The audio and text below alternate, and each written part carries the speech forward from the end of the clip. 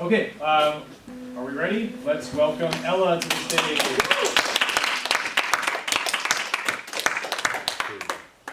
Okay, my presentation is titled Art as a Unifying Force, and the article I chose is by David Werner, and he wrote, "Art is how we justify our existence." He's an art dealer, that's kind of his qualification, and he talked about how art connects us and how he was feeling especially disconnected during the COVID situation. He also talked about how in a technologically dominated world, art kind of carries its value in the way that it allows us to open up conversations about things that we otherwise wouldn't have talked about. And he wrote about how it teaches us about other communities and promotes understanding. So the artist that I chose is George Gerster. I didn't forget the E, that's how he spells his name. He was born in Switzerland in 1928, and he died on February 8th, 2019. He was an aerial photographer, and he was kind of the first person to do what he was doing. And he was photographing everywhere in the world during the Cold War. So people kind of could have mistaken him as a spy, which would have resulted in him getting shot down. So he needed to be escorted by governments and have government approval to take his photos, which I think is kind of interesting. And he was recognized as kind of a philosopher, and his work was highly inspired by his philosophy. So I have two quotes that kind of connect them. So Werner in his article said, "While science has brought into this world so many wonderful things, they are also implicated when it comes to our most sinister achievements, nuclear warfare, genetic manipulation, and the degradation of nature." And then Gerster said, "Height provides an overview. An overview facilitates insight, while insight generates consideration, perhaps." And I kind of think that these quotes connect because it kind of talks about, well, Gerster photographed, obviously, nature. Because he was shooting from so high up, all his shots are of kind of the world that in a perspective that we wouldn't see. And I think specifically he focused a lot on the degradation of nature, and kind of he was very against, well, you'll see kind of the way that people manipulate it for their own gain. So the first painting I chose, he titles his paintings based on where he shot and what he was shooting. So it's called Apartment High Rises in Kulong, Hong Kong, and he shot it in 1993. So it features all these buildings in an area of Hong Kong, which kind of, it captures the natural world above, and it kind of is unnatural. It's, all the lines are very straight, and there's no greenery, there's no plants, there's no life, basically. It's all just the same building over and over again, and it offers no diversity or escape from this enclosed area. And I think it offers a perspective on urban life that we might not otherwise have. And it brings awareness to the claustrophobicness of industrialized areas.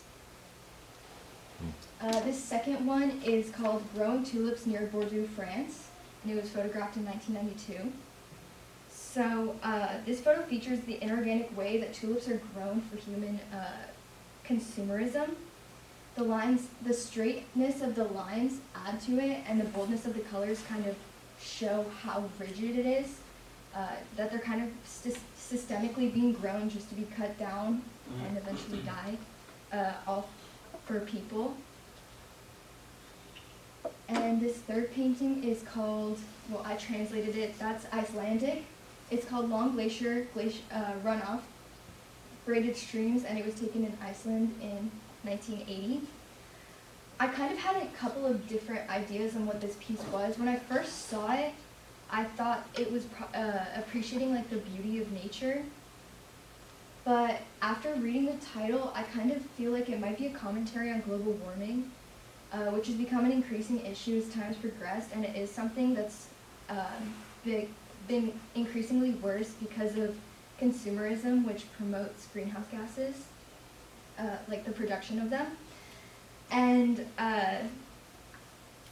so it's kind of hard to like analyze because it's just two colors. It's blue and it's white, and the white parts like overlap and they kind of look braided. That's like the name of that's like the title.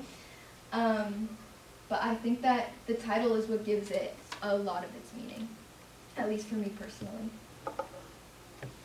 And then my conclusion, art acts as a way for people to understand things outside of themselves, and it is vital for the progression of humanity. It offers us a new perspective, one that's not offered by the sciences, and one that stimulates empathy and connection.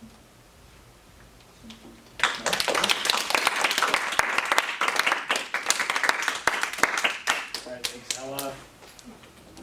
I like that you chose like a photographer instead of like a painter. It's just kind of like different and unique, which is cool. Georg? I think No, that's it's George. Is it George? I really? looked it up. It's Yeah, actually George. I thought it was Georg until Yeah. like 20 minutes ago. Curse. Yeah. Okay. I thought that the effect that the photos created was kind of cool, especially on the first one with the buildings. It made it look almost like a toy, like how it was like small. Yeah. And I thought that was an interesting like photo composition. Can you imagine living there? I could not. I don't like city. Oh my Yeah. goodness. It was. I think that painting also had some connection for me because sometimes I like just deep dive research into things, and right now, I don't know how it was in 1993, but right now there's actually a major housing crisis in Hong Kong, and I just thought, I mean, this piece kind of connected to that.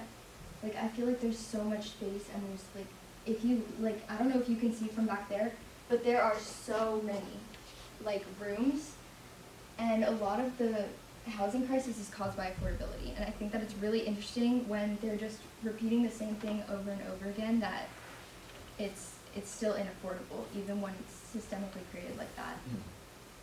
Aren't the apartments like really small?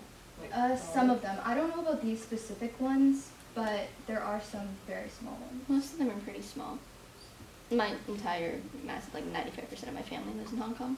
So they're like, unless you're super rich, you have like a massive, like 5-building mansion, or you have a tiny little apartment with 2 rooms. All right, thank you so much. Ella, thank you, audience. All right, there's more. Of course, we can keep talking.